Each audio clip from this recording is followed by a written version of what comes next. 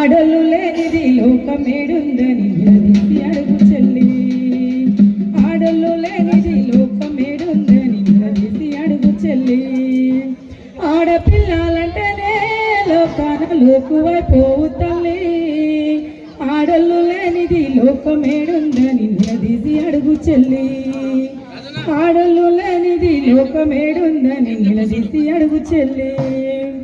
ఆడపిల్లలు ఉడితే అంటూ దోమించారు, మగపిల్లవాడిని బడికి పంపించారు.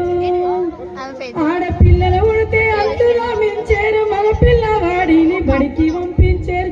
ఆడమగ తేడెందుకు లోకాన ఇద్దరు ఉండాలిగా.